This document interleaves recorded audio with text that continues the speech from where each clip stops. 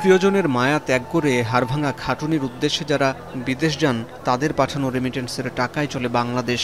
তবে বছরের পর বছর ধরে ঢাকার বিমানবন্দরে অবহেলা আর অমর্যাদার শিকার হয়ে আসছিলেন রেমিটেন্স যোদ্ধারা। এছাড়া প্রবাসীদের আত্মীয় স্বজনরা টার্মিনালের বাইরে অপেক্ষায় থাকতেন ঘণ্টার পর ঘণ্টা।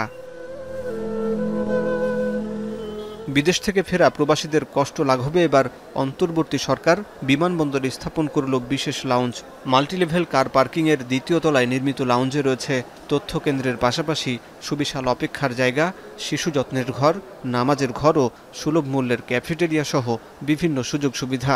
ফ্লাইট অবতরণের আগে দেশের প্রত্যন্ত অঞ্চল থেকে বিমানবন্দরে আসা প্রবাসীদের আত্মীয় স্বজন ও পরিচিতরা এ সুবিধা পাবেন। আজারবাইজানে জলবায়ু সম্মেলনে 4 দিনের সফর শেষে বৃহস্পতিবার রাত 8:30টায় দেশে ফিরেই শাহজালাল বিমানবন্দরে প্রবাসীদের জন্য বহুল কাঙ্ক্ষিত এই পরিষেবার উদ্বোধন করেন প্রধান উপদেষ্টা।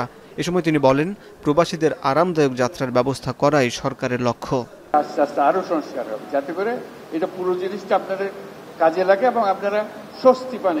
এখানে আসলে আর কিছু চিন্তা করতে হয় না। এবার আমি আর বিমান আমরা আমাদেরকে নিয়ে যাবে যেখানে যাবার, বাকি সব ব্যবস্থা এখান থেকে হবে।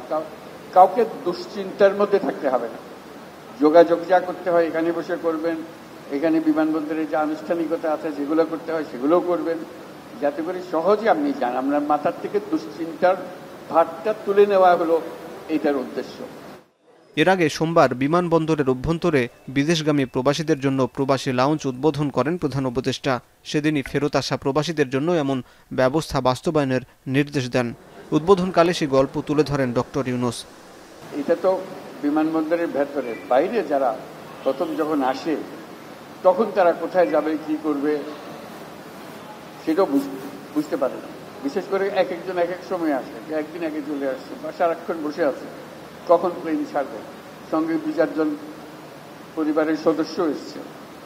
কাজে সেই জন্য একটা আলাদা ব্যবস্থা করা হবে, সেটা হচ্ছে। তা আমি জিজ্ঞেস করলাম কতদিন লাগবে, বলতে শিগগিরই হয়ে যাবে।